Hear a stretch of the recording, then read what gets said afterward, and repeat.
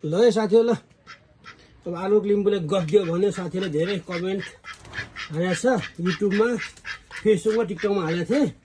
त्यही भएर यसलाई चाहिँ अब पोथी कतिको ठोक्छ भनेर चाहिँ म समातेर यहाँ पोथीहरुकोमा हाल्दैछु। साथीहरुले साह्रै गफ दियो भन्छ मलाई है। त्यही भएर यहाँ यसलाई चाहिँ पोथीहरुकोमा हाल्दैछु। ल है साथी, पोथीहरुले यसले के गर्छ भन्ने कुरो त यहाँ म तपाईलाई देखाउने छु। यो बजाउँछ हेरौँ न ल। अब सुरु गरी गयो